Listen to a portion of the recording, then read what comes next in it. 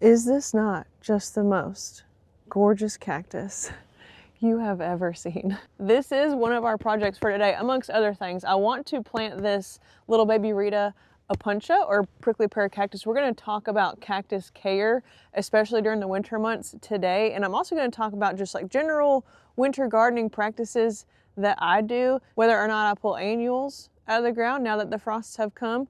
I'm going to talk to y'all about whether I prune back perennials and things like that.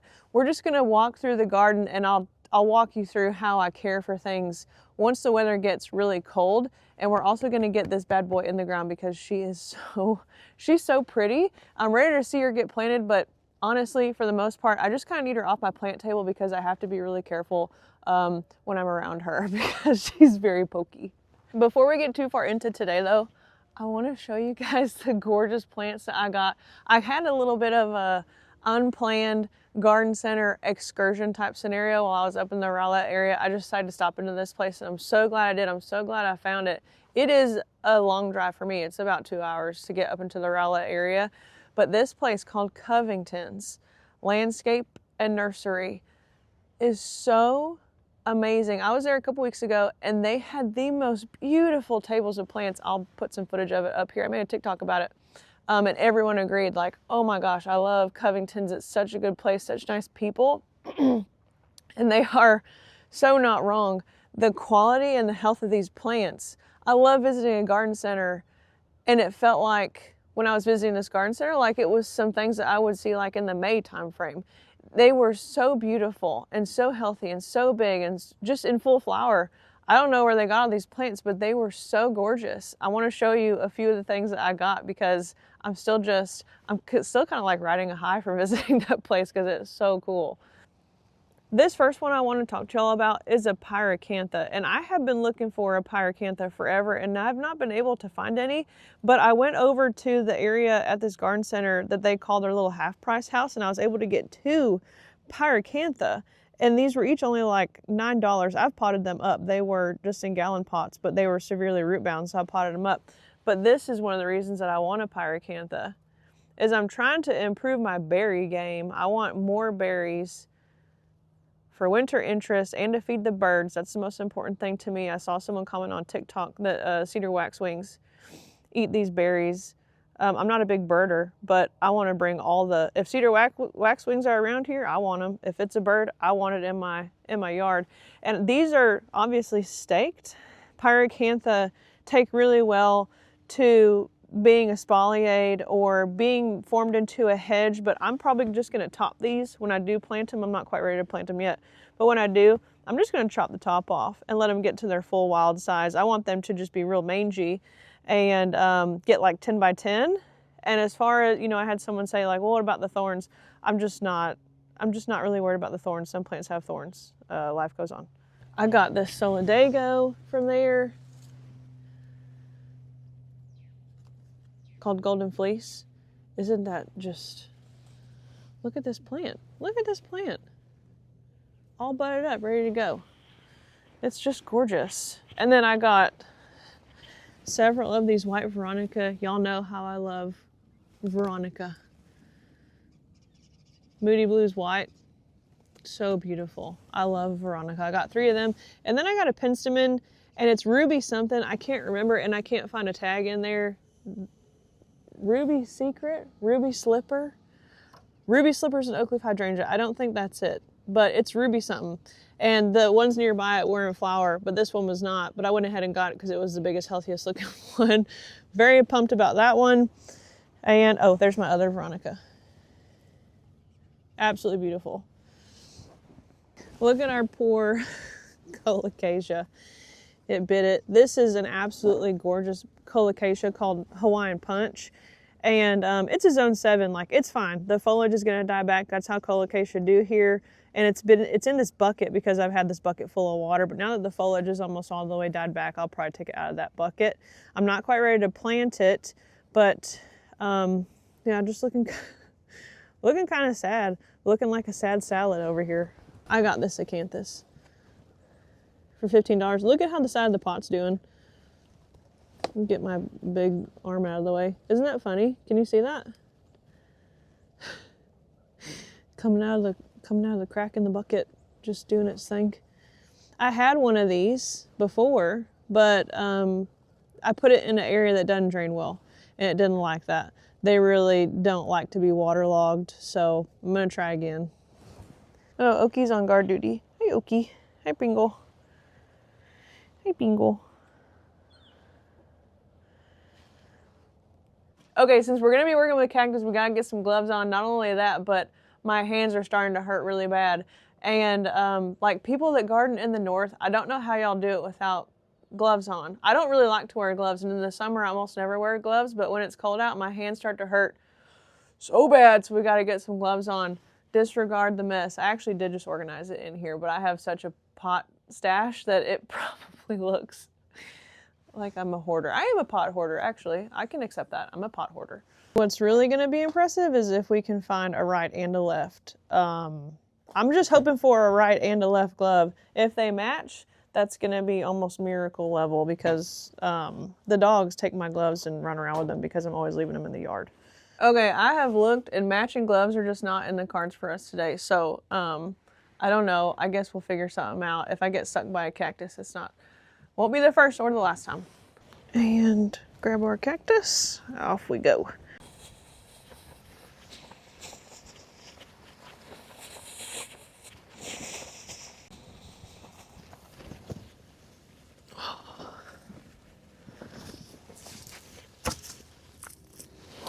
Let's talk real quick about the prickly pear before we plant it, because this will be prickly pear number 2 for me, also called opuntia. I use those terms interchangeably.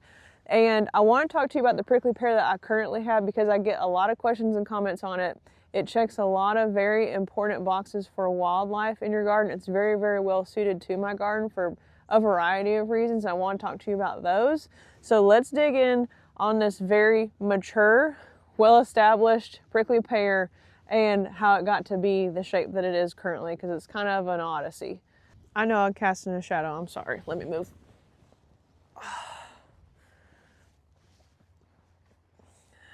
This is our prickly pear. This is a spineless prickly pear cactus, okay? Now that doesn't mean that it doesn't have anything that could hurt you. This cactus is actually covered in very, very fine hairs called glaucids. And when you brush up against this, it feels very similar to when you handle, if you've ever handled fiberglass and gotten fiberglass in your skin, it feels very much like that, because the fibers that will embed in your skin if you brush up against this, they're very, very fine, almost invisible unless you hold your hand up to the light in a certain way. It's not like these that have these very apparent spines. Honestly, I would almost kind of prefer these spines, because they let you know when you get up against them and they poke you, and they're not as likely to come out into your skin as these. If you brush up against this, it is definitely coming out in your skin, and it is fairly difficult to get them out unless you have really good tweezers and really good eyes. But as you can see, this spineless prickly pear, I'll put some pictures and videos of what the blooms look like when it does bloom in early to mid-summer, because it's absolutely exceptional. It comes this way, and it's done that on its own because of the way that prickly pear grows. And before I tell y'all how prickly pear spreads around, I do want to get a close in on the trunk of this thing. Can you see it laying there along the ground? Put my hand up next to it just for size comparison. It is a massive and very old prickly pear. However, he did not always look like this. This prickly pear we moved onto this property was easily 7 feet tall, and it's starting to get back up there. But Winter Storm Uri nearly killed this thing outright. In fact, I remember during those days of Winter Storm Uri, which was the February 2021 winter storm that was officially named stormed. It was one of the most expensive natural disasters in the history of our country, actually. And I remember thinking about this prickly pear during that storm and just thinking, like, it's done. It's done for. We have so many plants that are not adapted and not equipped to deal with 0 degrees. In fact, we had several trees that took years to die from that level of injury, right? Sometimes trees don't show an injury right away, but if they take an injury such as cold, such as an extreme drought event, sometimes it can take them years to finally die off. But this prickly pear made it known pretty quick that it wasn't going to withstand that storm in one piece. Half of it completely died, and the other half survived. And we had to remove it. It gets soggy, right? When it gets too cold for it, it gets really soggy. Hey, honey. And after the winter storm, you could immediately tell it went soft, it went mushy, it went soggy. It didn't have any of this upright. It started to just kind of like fall over, and we had to come in, like it was so, the base of this thing is so thick, we had to come in with a chainsaw to remove the part that had died. That was the only way that we could get it out, because the stump of this thing, the base of it, is enormous. But the thing about prickly pear is that when it falls down, wherever a pad touches soil, it is very likely to create a new plant right there, right? As these pads get really tall and fall over, either because like an animal goes by them, or the wind, or a storm, or whatever, or even me, you knock a pad off, it hits the ground, it's gonna grow a new one. And that's why it's growing in this way, like this. It looks like it's creeping around, because it is, as the pads fall down or make any kind of contact with the soil, a new cactus will emerge. And that's why it's kind of like, it's taken off this away through this lavender. It's taken off this away through the lavender and through the agave and through the yucca, which I think looks really cool. But none of this used to be here. It has definitely made a significant rebound since Winter Storm Uri, and it's one of my favorite things in this garden because of the way that it blooms. It does get covered in mites, but the spiders and the birds clean that up every summer. I just absolutely love opuntia. I think that they're stunningly beautiful. And they are extremely well suited to my soil because it's so incredibly rocky and fast draining.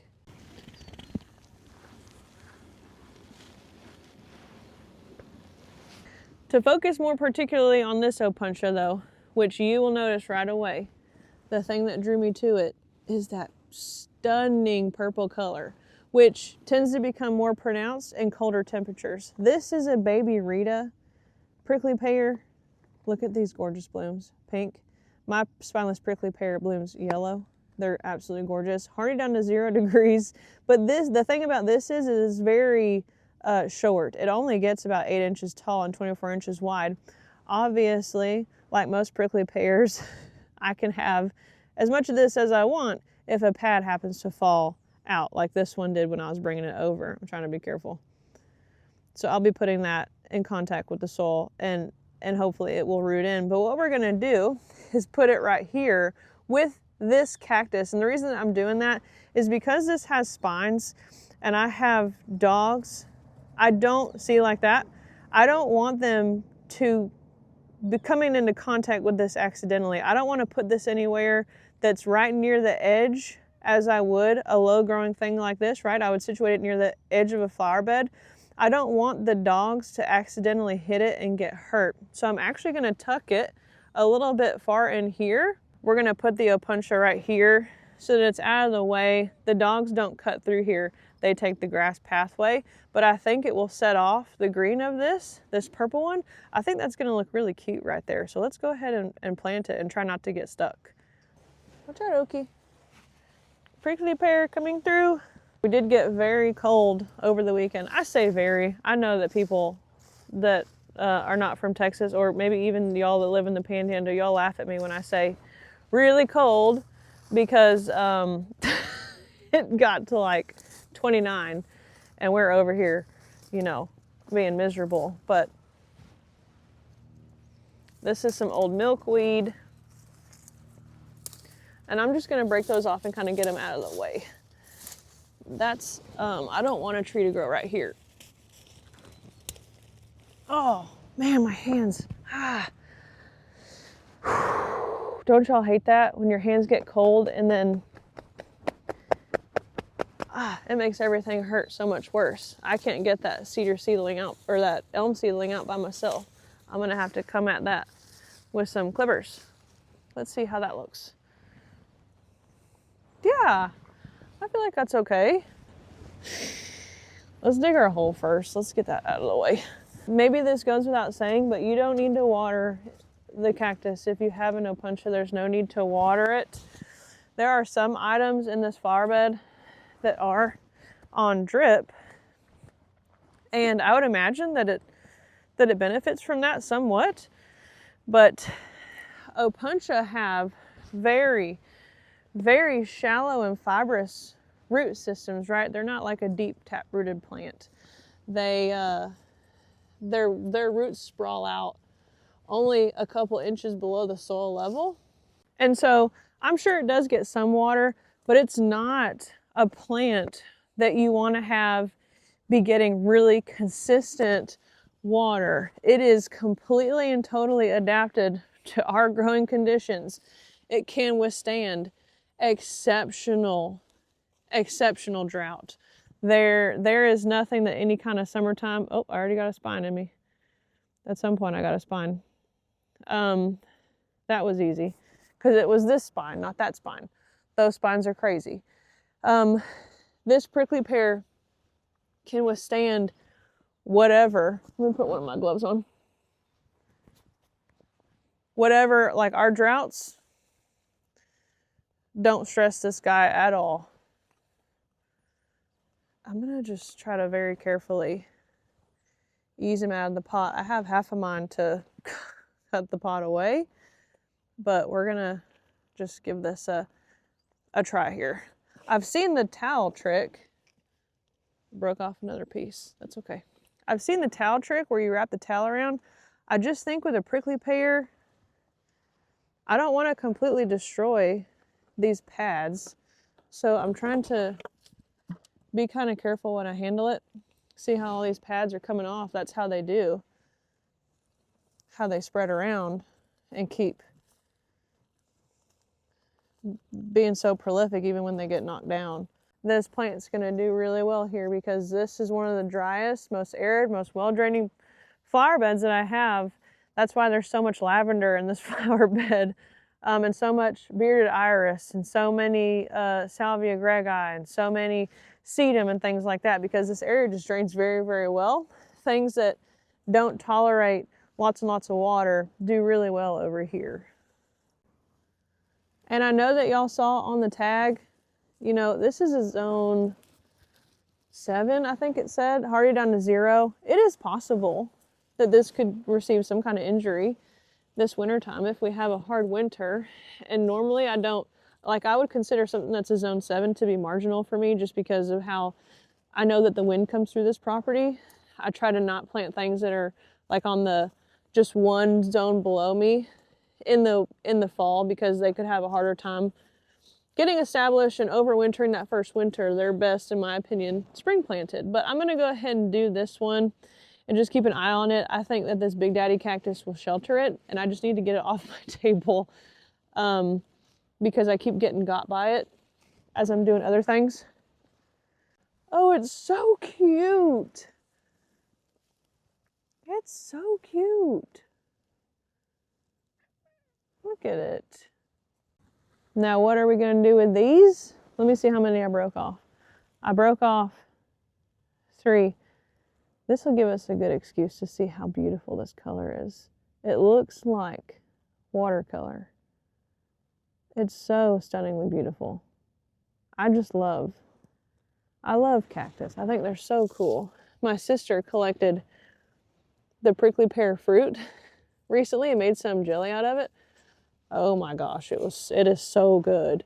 It's so good. I highly recommend trying that if you have access to those prickly pear. But I'm just kind of not burying them, but making sure that they have good soil contact. And maybe we'll get some rooting in those. It's extremely likely that we will if we just leave them alone. Leave them to their own devices. Speaking of cactus and plants, and there's my Pringle, and he's underneath a little phenomenal, tiny phenomenal that's tucked up under that cactus. This is a super blue lavender. This lavender and this lavender over here are the same plant. The center died out of it. So if we were to take into account that side all the way to this side, this is probably a 4-foot wide plant, but it just grows in and amongst this agave right here. And I think it's so beautiful. Now that that's out of the way, the second half of this video is going to be about winter plant care. I'm gonna run through this and make it very, very simple for y'all. I promise it's very simple. Don't overthink caring for these plants during these months. You just have to generally follow one basic rule. I repeat it over and over and over again. Okay, we're gonna start with the way that I clean up or care for annuals. An annual has its full life cycle in this season, right? Something like a zinnia, that's an annual for me. Something like a cosmos, that's an annual for me. Plant it, it flowers, set seeds all in one season. It will not return next year. Will not return next year. So let's look at those first. I'll show y'all a perennial, and then I'll also show y'all a few shrubs and how we should proceed in caring for those as we go through these cold winter months. This first one we're going to talk about is zinnias. These were all double raspberry ripple zinnias, the dwarf kind, really cute, really easy to start from seed. I highly recommend starting your annuals from seed to save yourself the time and the money of having to go to the store and buy them, because dwarf zinnias are so easy to start from seed. We all have the ability to do it, I promise. But this was a whole patch of the dwarf zinnias, and they have obviously died back because of the freeze. I will not be moving them or touching them because they're providing cover and structure for bugs throughout the winter month. And I can already hear what you're saying, like, well, what if it's overwintering bad bugs? I just don't think about the bugs like that. There is no good or bad bug. There's just a bug. And if it is overwintering in here, that's fine. It's also overwintering things like little bees, little bugs, little praying mantis, egg cases possibly. Like, there's just too much of a possibility that I could disturb something. So all my annuals, I almost leave those completely in place. The only time I would move an annual out that has died back from the frost is if I need to plant something else right there and I just need it out of the way, because I'll plant all through the next couple months probably if the weather's nice. And so if it's in the way, sure, I might move it, but for the most part, this is not in the way. Annuals are going to go again here next year most likely, and so here they will stay looking like a mushy mess. It is what it is. Can y'all see that little gap in there of where it split? It's highly likely that something's living in there. It's extremely likely that things live under here. It's a lot like how important something like this mat forming perennial is. Let me zoom out. This is a mat forming type plant. It's a nepeta. This is one plant, and I'm not kidding you. From here to here, that's all one plant. It all did that in one season. It's forming a mat from the center of the plant, much like this. And mat forming plants are extremely important for the support of bugs in your garden and other things. Like, I've found turtles under there before. Things need cover from our sun, and things need cover from the winter time. So that's all just going to stay in place. And if it seeds around, I mean, nobody cares. This flower bed actually has several really good examples of what to cut back and what not to cut back other than those annuals that we just looked at. So let's look at a perennial, a little tree, a rose, and then I'll hit on these shrubs lastly, because I really want to make a point about not cutting back shrubs, because some of them bloom on old wood and I don't want you to cut your flowers off for the year. So let's run through those really quick. Let's start with this rose, because this rose, we don't want to mess with our roses right now. Now is not the time. And by the way, today is December 5th. I want to wait until very late winter, early spring to cut on these roses. I don't want to prompt any new growth. Sometimes Texas summers are weird. The rule of thumb, or Texas winter, excuse me, the rule of thumb is to wait until we have the promise of spring nearby. It being December, it would just be way too soon to be cutting on these. I don't want any new growth to flush out and then become damaged by the winter cold. So this will just be how it is. More annuals were right here. This lavender is another great example of a shrub. Lavender is a true woody shrub, right? I'm gonna wait to cut on this because lavender blooms on new growth. I'm just gonna come after this in like the January, February time frame.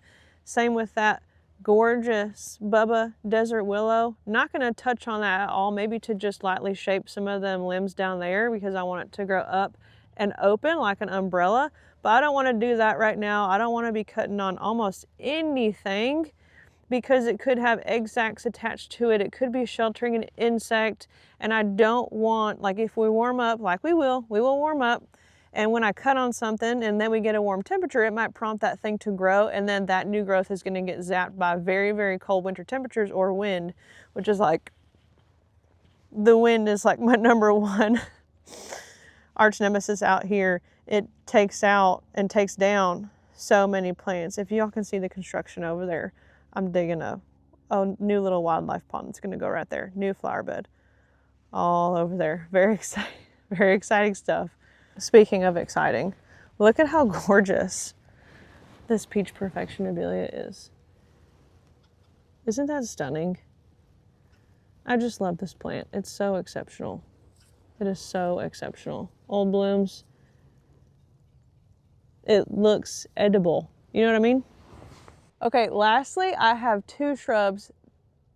Yeah, two shrubs that only bloom on old wood, and if I cut them now, I won't see any blooms for the next year. One of them is a bridal wreath spirea, and the other is an oak leaf hydrangea. Okay, coming back here is one of my oak leaf hydrangeas, and these all bloom on old wood, so I don't want to cut on these whatsoever. If I do, I won't see those beautiful panicle football-sized blooms that we're going to be looking forward to in the spring. And I have a couple dotted throughout this flower bed right here.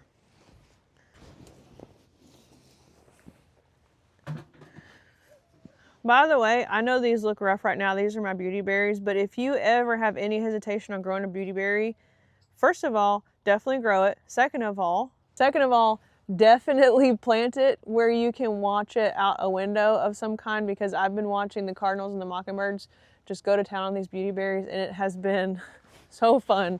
I love it so much. They've just been enjoying them so much. And then last point I want to make to y'all is this bridal wreath spirea. So this big, ugly looking thing, I know it looks ugly right now. It is one of the most beautiful spring blooming shrubs that I have. Gorgeous, clear, bright white flowers that look like lace all up and down these arching stems, but it is set, the flower buds are set right now. They started setting them earlier in the season. Old wood is what the spirea blooms on. So if I cut on this or prune it, I would only want to be doing that right after it flowers, and then it would have time to set buds for the spring, because this will put on a spectacular show in the spring. So generally what I'm saying, like the main takeaway on this is just take this time to be hands off in your garden. There's no real need to do any kind of major cleanup, and I really truly shy away for the most part from doing major cleanup right now, because I don't want to disturb bugs. They're sleeping. There are egg cases. They need to be left alone. And a lot of this stuff is also cover and forage for small birds. Like my big zinnia, it's pretty big. My big cut flower area where everything is row cropped, the birds are obsessing over that space right now. I guess they're eating seeds. I guess they're eating bugs. They have a good time, and I like to support the birds. It's very, very important for our non-migratory birds to support them by leaving a lot of this plant material in place. It's the thing to do. I promise that we'll get to the cleanup stage. I know that feels good, but it's not necessary right now. Anyway, if you have questions on any kind of plant in your garden, you're like, is this an exception to the rule? Should I clean it up? What do I do? Just let me know. I can assist. Anyway, I hope y'all have a great week, and thank you for watching.